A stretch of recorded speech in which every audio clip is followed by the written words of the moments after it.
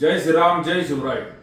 आज अतिशय भयानक आणि घातक विषय, हिंदुस्थानातला पहिला वॉटर जिहाद सारखा प्रकार त्या ठिकाणी श्रीरामपुरात घडतोय का असं त्या ठिकाणी सगळ्यांना वाटतंय. कारण हनीफ शाह, उस्मान शाह, फिरोज रशीद पठाण, रऊफ उस्मान शाह या श्रीरामपूर मिल्लत नगर येथे राहणाऱ्या या वॉटर जिहादींनी त्या ठिकाणी यांच्या घरातलं संडासचं मलमूत्राचं पाणी अख्ख्या श्रीरामपूरला जी पिण्याची पाईपलाईन असती त्या पाईपलाईनला होल पाडून त्याच्यामध्ये ते सगळं संडासचं सगळं पाणी सोडलं आणि यांच्यावर गुन्हा पण आज त्या ठिकाणी सगळ्यांच्या आपल्या मागणीमुळे झालेला आहे दाखल. परंतु एवढंच हे प्रकरण त्या ठिकाणी असं म्हणता येणार नाही, कारण अनेक वर्षापासून म्हणा किंवा महिन्यापासून हा प्रकार चालू आहे आणि याच्यामुळं त्या ठिकाणी काही जण श्रीरामपूरमध्ये मेलेले सुद्धा असणारे. गेल्या एवढ्या महिन्यामध्ये श्रीरामपुरात झालेले सगळे मृत्यू याची चौकशी होणं गरजेचं आहे.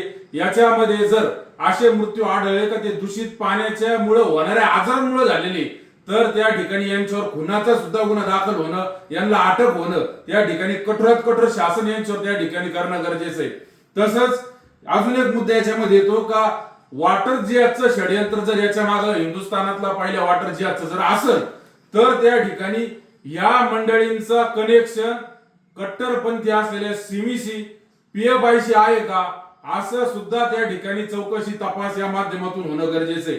हे लोक स्लीपर सेल म्हणून काही काम करताय का? कारण यांनी आज पाण्यात संडासचं पाणी मिसळवलं पिण्याच्या पाण्यात, उद्या जर यांनी एखादा विषारी पदार्थ मिसळला तर अख्खा श्रीरामपूर या काळात झोपून जाईल. त्याच्यामुळं याला गांभीर्याने त्या ठिकाणी मी श्रीरामपूर नगरपालिकेचे मुख्य प्रशासक असलेले प्रांत श्री सावंतजी यांना मी आवाहन करतो की तुम्ही हे सगळं चौकशी आणि याच्या संदर्भात काय असेल समिती स्थापन करून पूर्णच्या पूर्ण सत्य श्रीरामपूरकरांच्या समोर आणणं अतिशय गरजेचं आहे.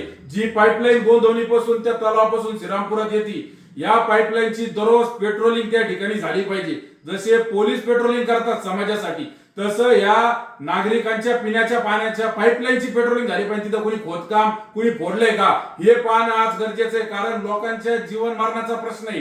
हे संडासचं पाणी आज वर्षभरापासून महिन्यापासून लहान लहान मुलं पिले, गर्भवती महिला पिल्या, ज्येष्ठ नागरिक पिलेले, हा सगळा पापाचा त्या ठिकाणी घडा यांचा त्या ठिकाणी भरला म्हणून आज त्या ठिकाणी गुन्हे दाखल झाले.